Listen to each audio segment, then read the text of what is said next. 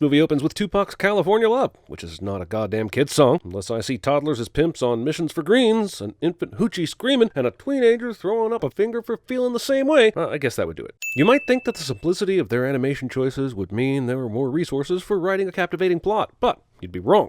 This boombox has 2 headphone jacks, and that is almost as confusing as the decision to animate a person hauling a boombox down Venice Beach when smartphones have already been invented. Bring back my Euros! Dude, do you really want it back after the dog has stepped on it and it's been rolling on a sidewalk? Hey, watch it! Not one of these people reacts to a dog riding a meat log with some variation of holy shit. Did you see that dog log rolling down the sidewalk? We won't play the songs, but this is the person flips through the radio and or iPod and finds only songs that describe their current situation life cliche. Also, why does he have an app for every decade on his phone? Unless this shit is free, get a satellite radio subscription. It has all them on there. Make friends. Check. Making friends with sand. Shaggy's about to eat a sandwich here, and I'd like to point out that when we were introduced to him, the cop and Scooby knocked a burger and fries out of his hands. He didn't stop anywhere on the way to the beach, so Shaggy must have packed this sandwich just in case his burger and fries got ruined. This massive slab of meat has rolled down a major tourist street, a skate park, and a beach. The meat slices would at the very least contain gum, trash bits, pavement particles, and 5 strains of herpes. Is that peppercorn? Sand! Oh my god, strange dog, you can talk. Holy crap, guys, this dog can talk. Does anybody else find that amazing? Okay then, what's his name? I wonder how many people fail this cop's what's his name test when it comes to people who find stray dogs. You gotta love his very low standards when it comes to dog ownership. The dog has a middle name. There's no punishment for damages or theft. Apparently, there are no consequences for a dog's actions if the dog has a middle name. But it's fair to point out that this attempt at humor breaks hundreds of comedy laws. Oh great, now we're gonna have a debate on the internet about whether this is a fist bump or a paw bump. And this gets political fast. Shaggy, you and your new friend better hurry up if you want to trick or treat. There are thousands of unrealistic things that happen in this movie, but perhaps the most ridiculous amongst them is asking us to believe that a parent would immediately go along with their kid coming home from Venice Beach with a stray dog. New Scooby Doo movie introduces characters from long-forgotten Hanna-Barbera cartoons in an effort to start some sort of Scooby Dooverse or SDU. What's this? It's a bed. You sleep in it. You do? With this perching on a stool a few feet away? You sleep? Halloween bullies? Man, I thought the human race learned their lesson after these people were exposed by Hocus Pocus. Blood sugar will thank us! And just like that, the bully pendulum has swung from horribly cruel to caring for your health. Can we just find a middle ground? Are you guys alright? Muppet Babies, Flintstone Kids, and this movie all tell a lie that the friends you grew up with will be your friends for life. 1 or 2 people? Maybe. Oh, Mystery Machine? Hell no. Also, why does Daphne look 25? Let me give you a hand. Fred's costume makes a metallic squeak when he leans over to help Shaggy up off the pavement, and that forces me to wonder if he's wearing actual goddamn armor. Who the f*** has the money to buy their kid real armor? I'm Ruth Bader Ginsburg, obviously. You could also be Sonia Sotomayor. So it's not obvious, Velma, even if you tell me this part of the movie is set before she became a Supreme Court justice. Just wearing a robe and carrying a gavel doesn't make you Ruth Bader Ginsburg. I found out recently. Ghost or no ghost? It's Halloween. No one should go home without their candy. Yes, superfans want to see the gang's first caper, but I want to know why you wouldn't just get back to tricking and treating. Not like all the houses just flipped off their porch lights for the night. And what are Velma, Daphne, and Fred doing out here? They have 0 bags of candy. They're trotting around the neighborhood judging people, aren't they? I knew it. There was no way that the candy landed smack in the middle of this house. When the anti-corporation, health-conscious bullies threw the candy into the house, it landed just inside this window at an angle that was militantly anti-middle of the house. Also, I know that nobody gives a shit, but you can't show me half the windows boarded up on the outside of the house, and then bam, when we go inside of the house, none of the windows are boarded. There are 4 windows instead of 3, and they're all in different shape. So this wardrobe door opens and shuts, scaring the kids, and reinforces the idea that this house is haunted. But it's all a ploy by the owner to keep people away from the house because he's been stealing electronics and hoarding them in a secret room. Never mind that these kids were leaving, this guy wanted them to be frightened of the house. Sure, you don't want them running around telling everyone it's not haunted, because then you'll have tons of kids stopping by to check out a not haunted house, and they'd eventually find the stolen goods and narc about it. But if this guy was so worried about people walking into the house, why does he keep his gate open on Halloween, no less?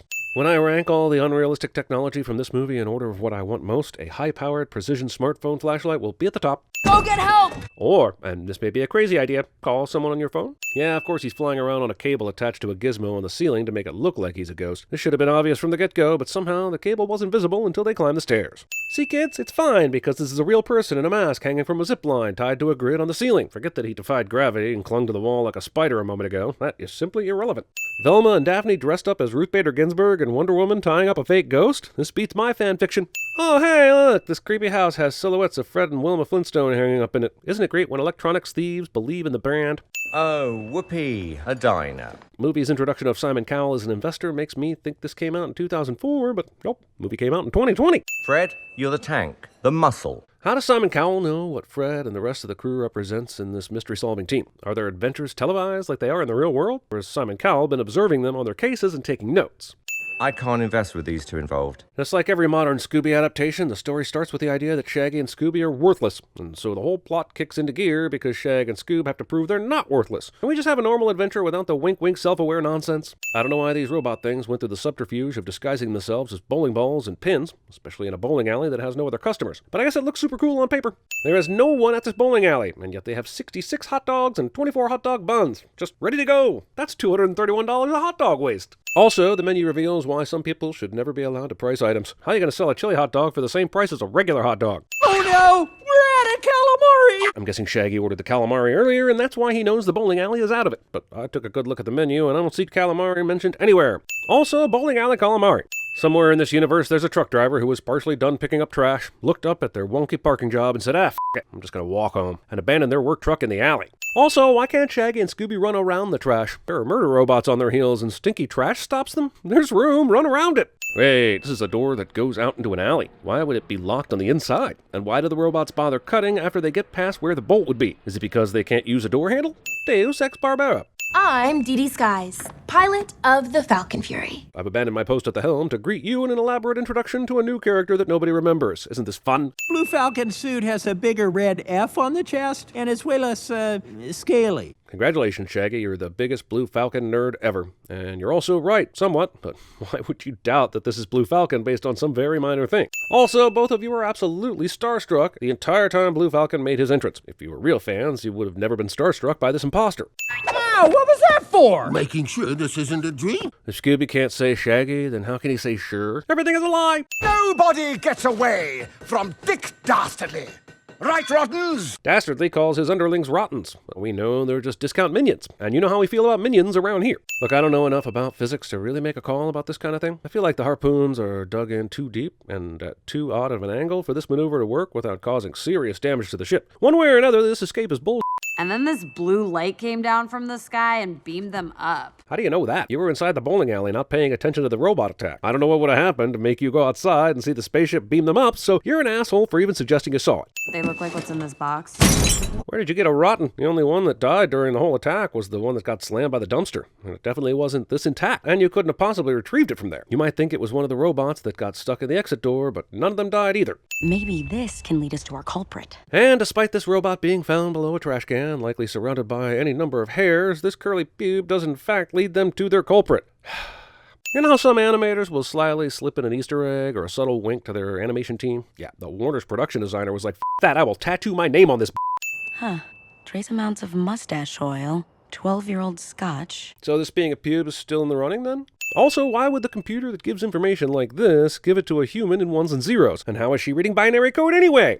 Composition is a mix of arsenic, selenium, and copper-tone SPF 50. How you? No, it isn't. Also, why is she still wearing her magnifying glass? You don't have to read this receipt with a magnifying glass. There's no zooming and enhancing needed. The numbers are large enough for Fred to read from the front seat. I'll see if the combination of these elements matches a geographical location. You typed arsenic, selenium, and copper-tone SPF 50 into a search engine and it came up with an exact geographical location? You. Also, you typed copper-tone into the search field. Copper-tom, a nothing made up word.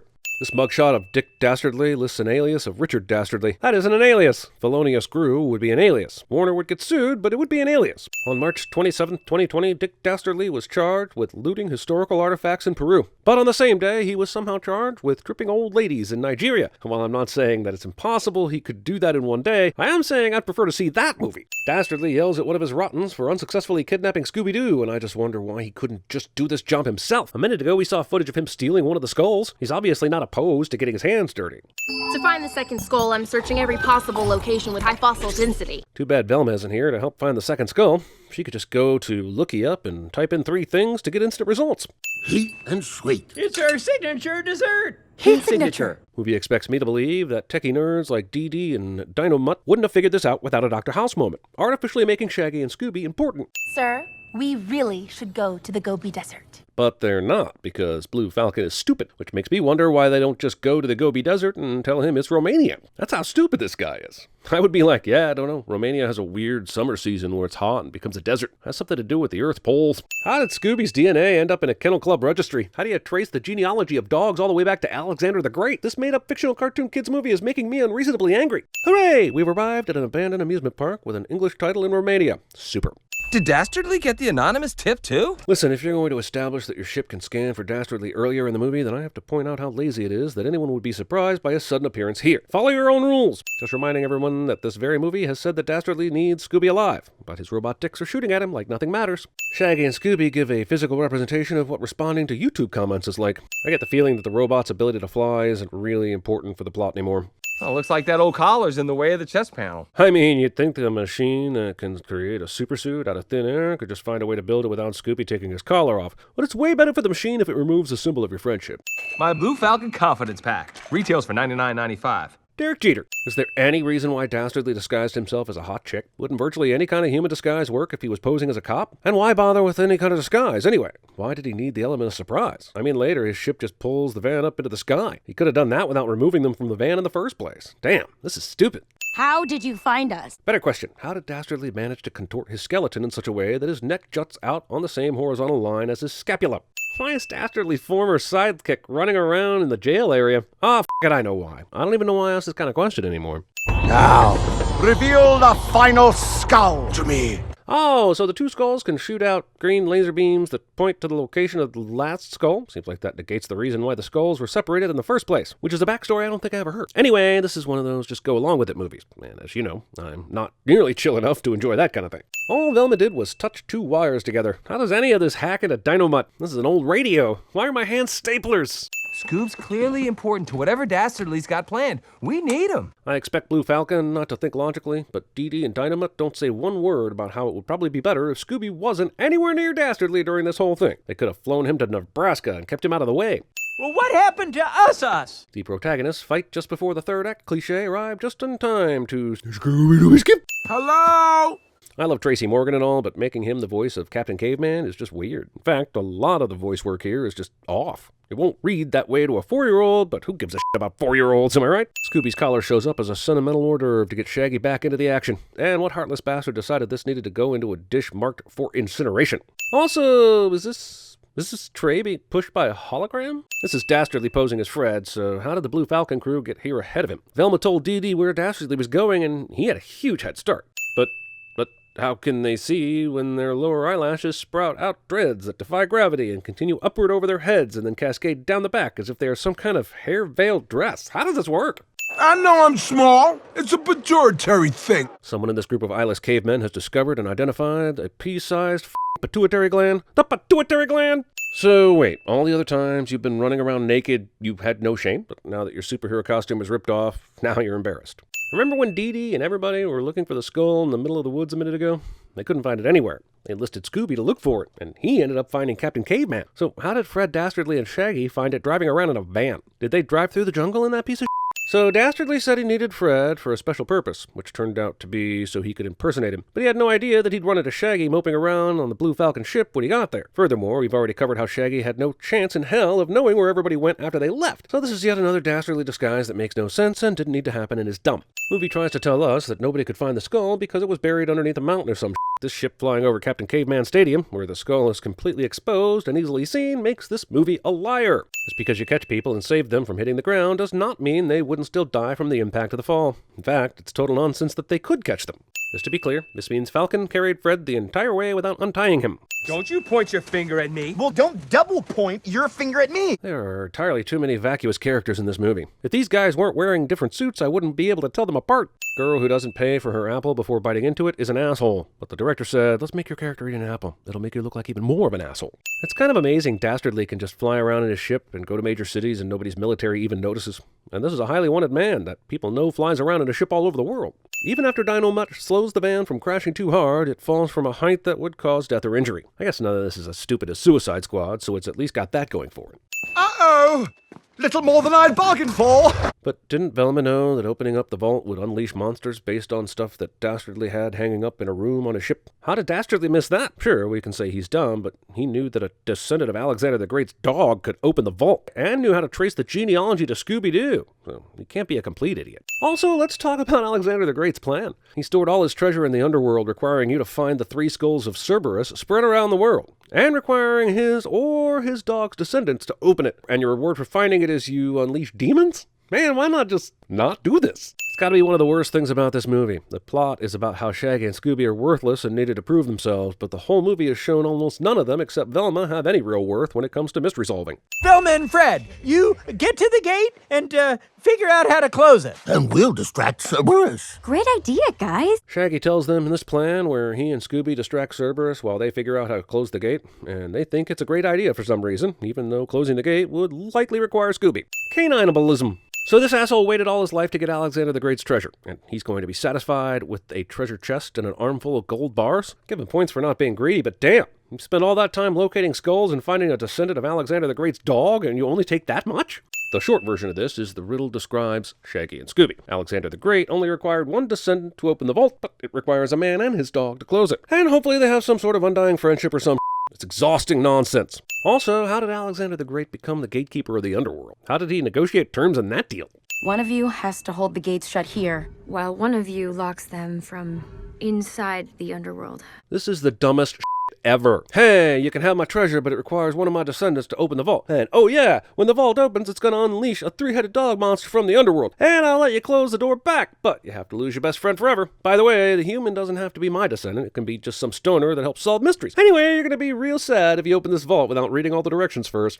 Also, maybe call Grease and see if they have something that can lock that door forever before you sacrifice anybody. Cerberus isn't an all-powerful being. You guys physically knocked him back into the underworld using bowling balls. Seems like you could maybe tie a bunch of cables around this door and make sure Cerberus can't go through it again. Maybe push a couch up against it? This is just some asshole placing his hand on the panel. How does it know he's got a dog that he loves? I didn't know magic panels could verify the bond with your dog just by doing a palm reading. Also, the 3 Cerberus skulls are what made all this appear in the first place. Why aren't they important anymore? Are we missing something?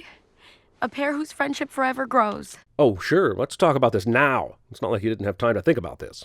Why would Alexander make a gate that would separate him from his best friend forever? He must have built a way out. Alexander did build a way out, but why did he build a way to go in the first place? Raggy, you promised you'd never leave. Come home. Yeah, and you promised you'd never take the collar off, but look where we are now. Scooby pleads with a statue that came out of nowhere to bring Shaggy back, and that works. Honestly, Alexander the Great created a gateway to his treasure that lent itself to the maximum emotional impact a screenplay could ask for. Also, it's a good thing that the Mystery Inc. crew didn't leave before this statue appeared and they had someone who could translate Greek on their team. And can you imagine what this would have been like for a guy who only had lukewarm feelings about his dog and vice versa? I still think they could have found a dead person to press their hand on that panel and all would have been fine. I finally figured out what you guys are. You're the heart of Mystery Inc. Too bad Heart doesn't solve mysteries. Seriously, this movie wastes our time by unmasking Dastardly and exposing Simon Cowell, only to unmask him again to find out it was Dastardly all along. How could he have time to judge the world's greatest talent shows and build a giant airship? Velma is right, but her logic is faulty. It's not like Simon Cowell is always judging talent shows. Why did Mr. Inc. even need a brick-and-mortar shop for their business? Were they losing clients based on that? How much money does it take to pay rent in Venice Beach? The fucking This is what Velma's laptop screen looks like in 2020. And oh look, she's got a file for hot dog recipes. You know, for the comedy. Hey, Dusty! Watch the shop, please? After all, there are so many people out there who need to visit our expensive beachfront store property about their supernatural cases. But Simon Cowell is footing the bill, so it.